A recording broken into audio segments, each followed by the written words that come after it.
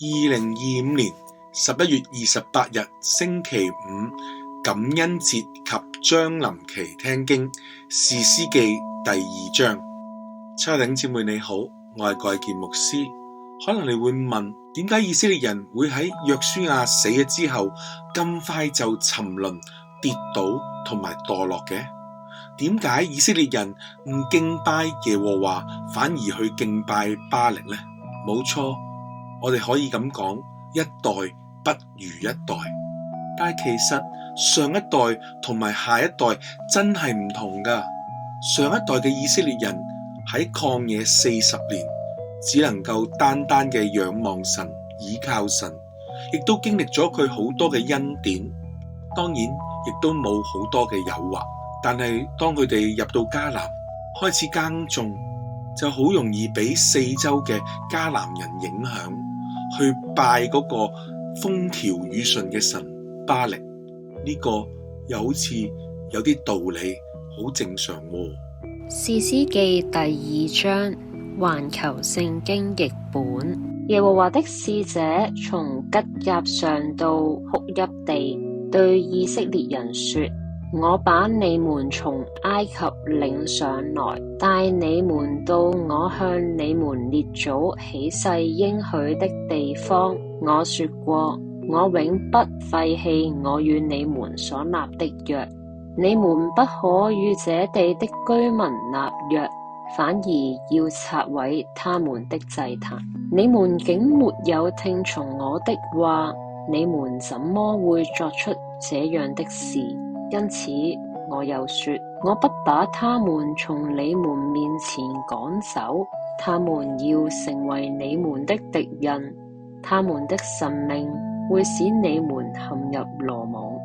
耶和華的使者對全體以色列人說這些話的時候，眾人就放聲大哭，所以他們給那地方起名叫哭泣地。他們在那裏向耶和華獻祭。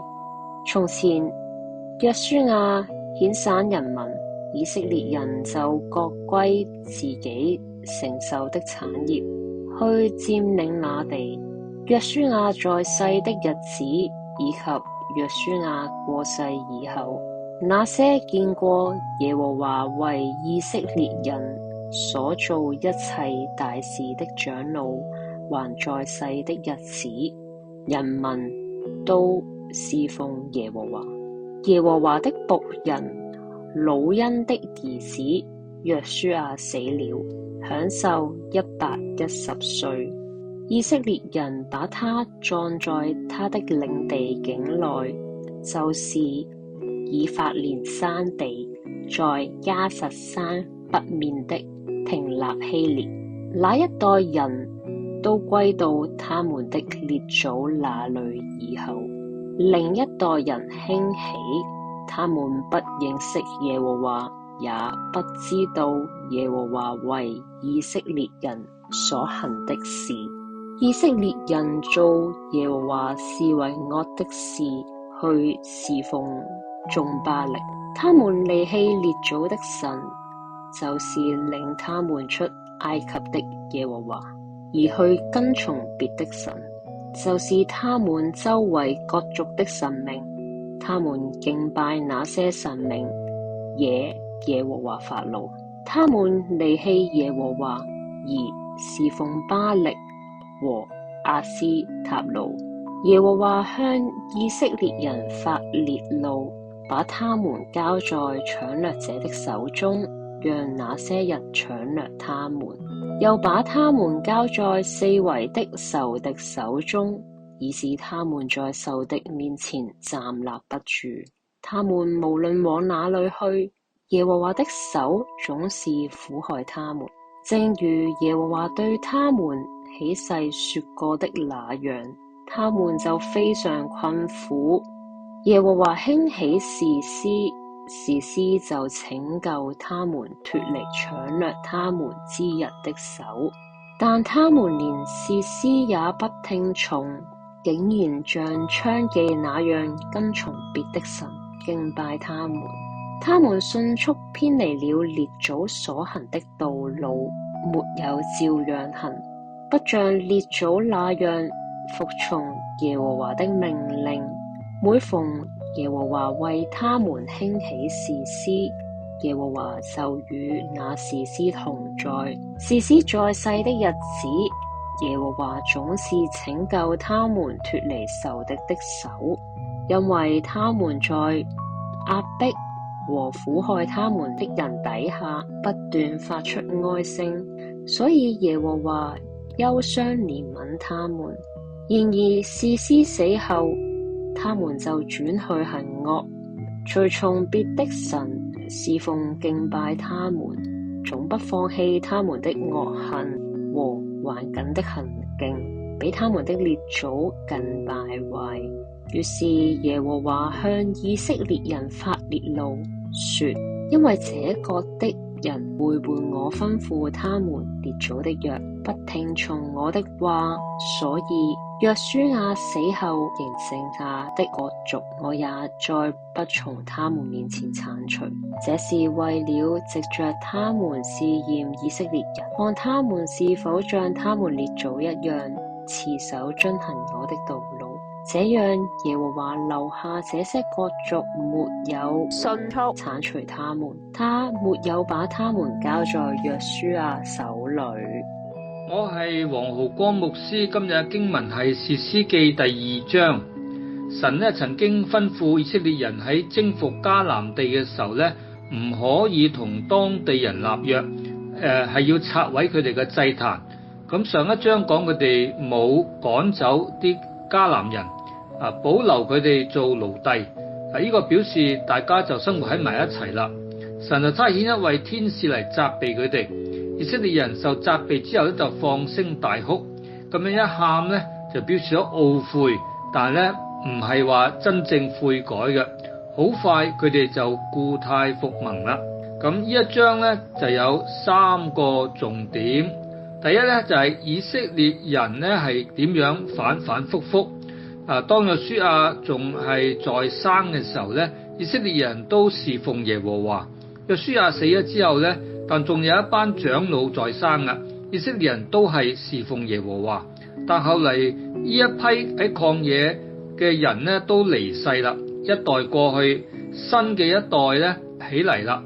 咁佢哋已經入咗迦南地，成為土生土長嘅。未曾經歷過曠野生活，呢一代人佢哋就唔認識耶和華，咁就轉咗去拜偶像，就係巴力同埋亞斯他錄。巴力就係迦南地嘅神嚟嘅，咁每個地區個巴力個名都有啲唔同，所以稱為係諸巴力。迦南人認為巴力係雨水同埋生產力嘅化身，所以崇拜巴力。除咗為咗保佑風調雨順，祈求豐收之外就係涉及淫亂噶啦。亞斯他錄就係巴力嘅妻子，祭祀呢兩個嘅偶像係非常之邪蕩嘅。以色列人咁容易跌倒犯罪，因為巴力掌管呢個自然秩序，有利於農作，有豐收就等於發財啦。咁錢財同埋情欲係人嘅兩大引誘同埋陷阱，而巴力就有呢兩樣嘢，使到以色列人陷喺罪裏邊。第二神向背叛嘅以色列人發怒氣，將佢哋交俾敵人。以色列人戰敗就回轉歸向神，就後悔啦。咁神亦都後悔，但係神嗰個後悔唔係話神做錯事，而係表達出神係好心軟，一見到以色列人回轉，神就唔忍心再罰佢哋，立刻興起士師去拯救佢哋。所以士師統治人民，人民就有就會侍奉耶和華。士師死咗之後以色列人又再背叛神。咁士師記嘅歷史就係記載以色列人咁樣反反复复。第三既然以色列人違約，神就要保留一啲外族人咁理由有3個嘅。首先就係當以色列人背叛神嘅時候神藉住呢啲外族人懲罰佢哋，跟住神就藉住外族人去試驗以色列人對於佢嘅對神個忠貞，睇下佢哋肯唔肯遵守誡命。咁最後呢，係要以色列人獲得學習戰士嘅經驗。的確，以色列人明明係違背神嘅約，去娶嗰啲外族人嘅女兒為妻，又將自己啲女嫁俾啲外族人，而且侍奉嗰啲偶像假神。咁所以呢一切咧都睇到佢哋呢方面咧就係失敗嘅。災禍困苦咧並唔係神有意加俾人嘅，而係人咧違背神嘅約，走去犯罪一個結果嚟嘅。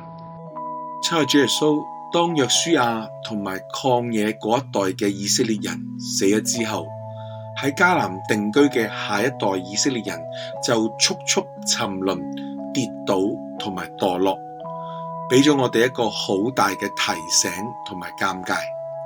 求你提醒我哋喺順風順水嘅時候，我哋其實好容易忘記你。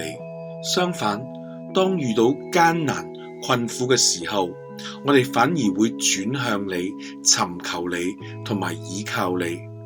主啊，我哋亦都要為到我哋嘅下一代禱告，求你叫佢哋都經歷第一身嘅信仰，同你建立真實嘅關係。